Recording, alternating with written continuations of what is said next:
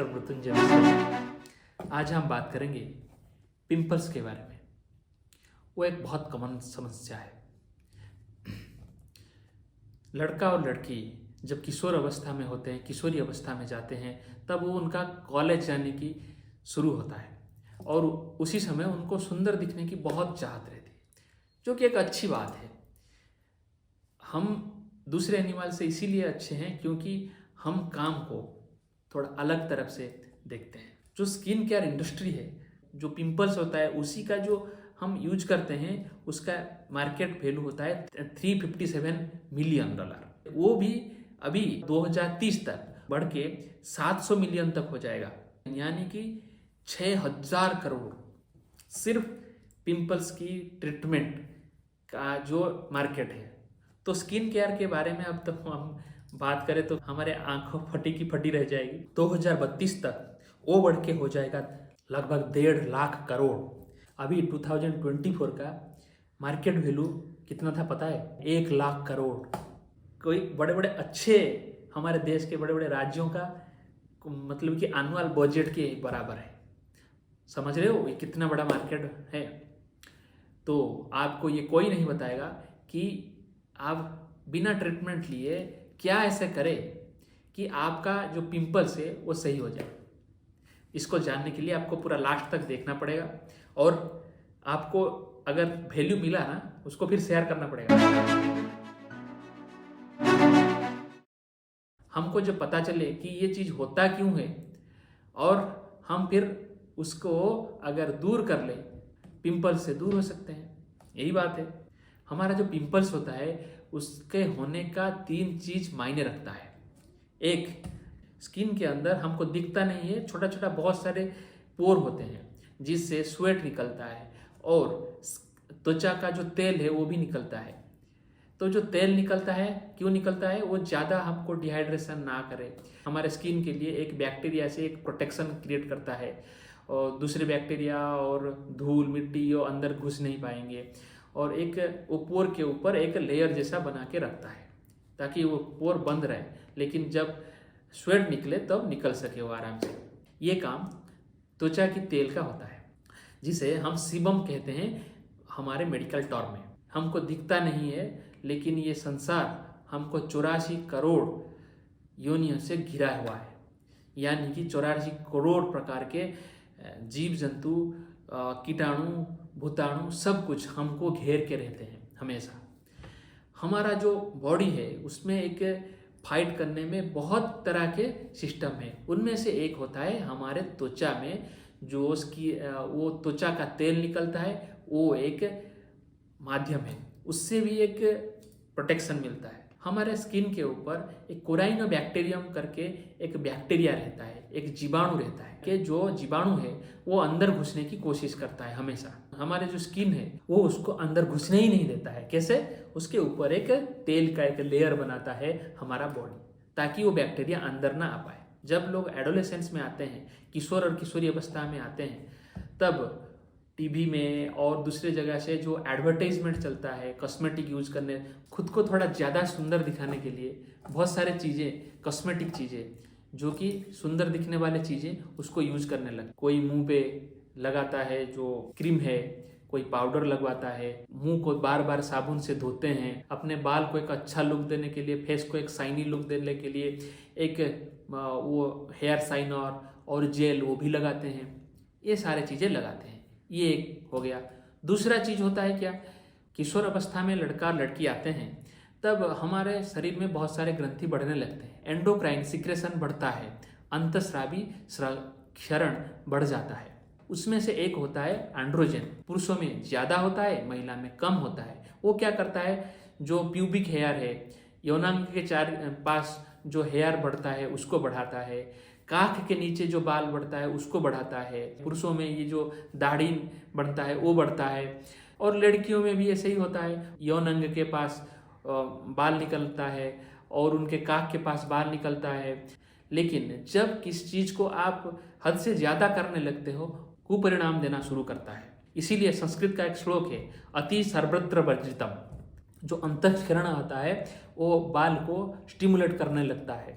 जब वो स्टिमुलेट यानी कि उसको प्रेरित करने लगता है, तब जहाँ से हमारा पसीना निकलता है, जो पोर बना हुआ है, जो गड्ढा बना हुआ है, थोड़ा बड़ा हो जाता है, खुल जाता है। जो बैक्टीरिया पहले घुस नहीं पाते थे वो आराम से घुसने लगते हैं। अब चलो हम समझते हैं, ये तो हो गया बॉडी में क्या होता है। अब समझते हैं हम क्या करते हैं।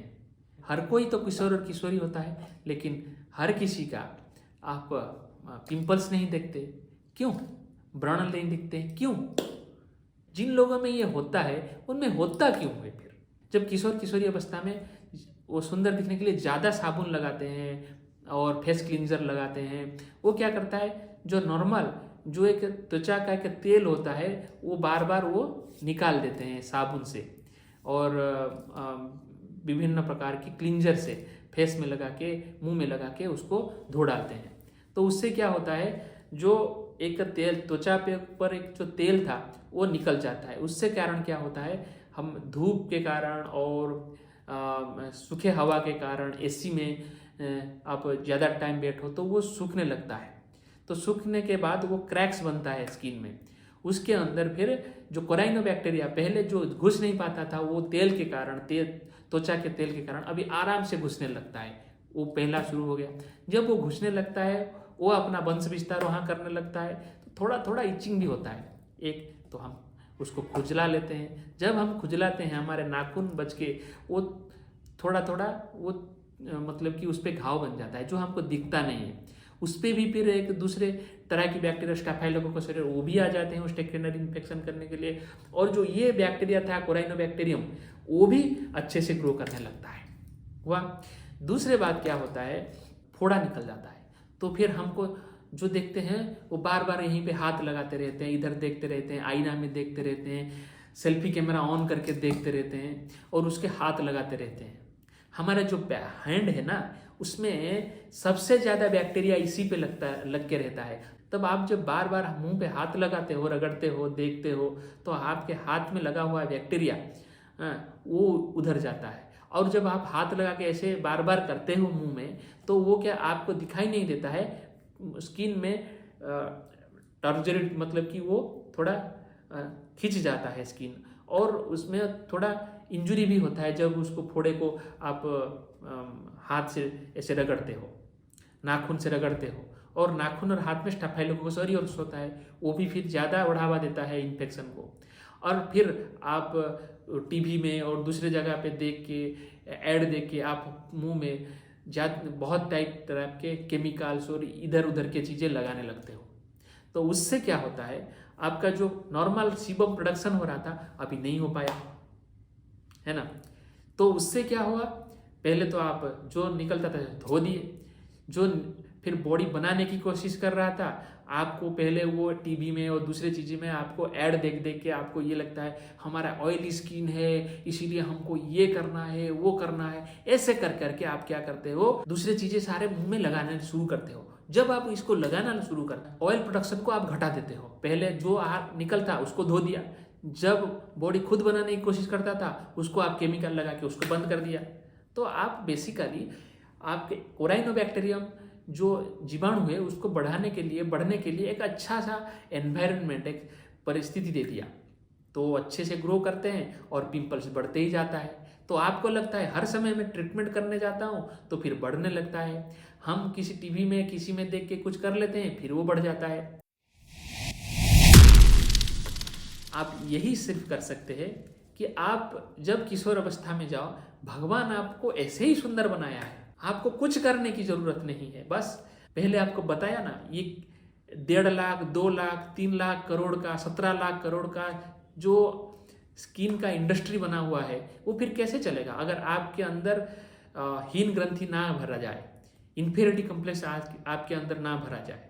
तो आपको सिर्फ यही करना है, सुबह जो pH बैलेंस्ड फेस वॉश आता है, एक अच्छे कंपनी का, एक अच्छे क्वालिटी का खरीद लो। सस्ते इधर उधर का मत खरीदो, जिसमें ब्लीचिंग एजेंट होता है उसको मत खरीदो। सुबह सिर्फ एक बार उससे मुंह धो लो, और दिन में जितने बार भी हो नॉर्मल पानी में, टैप वाटर में अपना मुंह धो लो। मुंह धोने के बाद उसको एक अच्छे सूखा कपड़ा से अपने मुंह को पोंछ लो। बस इतना ही आपको स्किन केयर करना है। और आपका बॉडी एक अच्छा मशीन है, और वो आपको अच्छे से रखेगा। आप अगर थोड़ा सांवला हो, थोड़े काले हो या गोरे हो, इससे कोई फर्क नहीं पड़ता है। ब्लैकनेस का एक टाबू और टीवी, मीडिया, ये सब आपको दिखा दिखा के आपको ऐसे बना दिया है कि थोड़ा सांवला होना या काला होना ये ब्यूटी के लिए अच्छा नहीं है। और दूसरी चीज़ ये करना है, और ये सबसे ज़रूरी है, आपके मुंह को आप आईना में चाहे 500 बार देख लो, लेकिन आपको सचेत हो कि ये काम करना है। भूल से भी आपके हाथ मुंह को, अपने गाल को बार बार टच नहीं करना है। बताया क्यों? क्योंकि आपके हाथ से जो दूसरे टाइप के बैक्टीरिया होते हैं त्वचा में आने शुरू होते हैं, और इससे भी थोड़ा माइक्रो इंजुरी होता है। एक लोकार्ड प्रिंसिपल करके होता है। हम जब भी हमारे हाथ हमने गाल पे रगड़ते हैं, हमको पता नहीं चलता है, हमारा स्किन में रगड़ के कारण टूटने लगता है, सामान्य इस रगड़ के कारण। उसको हमारे डॉक्टरी भाषा में लोकार्ड्स प्रिंसिपल कहते हैं। फिर आप कभी देखे हो कि जो शादीशुदा है, बड़े हो गए हैं और एडल्ट हो गए हैं, उनमें ये पिंपल्स नहीं होता है। जब वो किशोरी अवस्था में थे ज़्यादा होता था। क्यों? क्योंकि वो अपना मुंह को देखना थोड़े थोड़े बंद कर दिया, उसको अटेंशन देना बंद कर दिया, यानी कि अपने हाथ लगाना बंद कर दिया, उसके ऊपर कुछ भी केमिकल लगाना धीरे धीरे बंद कर दिया। तो धीरे धीरे उसको फिर वो जो पिंपल्स होता था पूरा बंद हो गया। मेरे को लगता है कि आपको इससे आपको एक क्लैरिटी मिला होगा। आप ये फॉलो करो और मेरे को 2 महीने बाद इस कमेंट में बॉक्स में बताओ आपको रिजल्ट मिला कि नहीं मिला। जो मैं अभी तक देखा हूँ लोगों को, मेरे जो पेशेंट हैं जो अच्छे हुए हैं, आपका भी सही हो सकता है। और ये वीडियो अगर आपको अच्छा लगा, इन्फॉर्मेटिव लगा, तो आप इसको शेयर करिए, आप उसको स्टेटस में लगाइए, थोड़ा उसको हमारे चैनल को ग्रो करने के लिए हमको मदद करिए। Thank you very much. जय जगन्नाथ।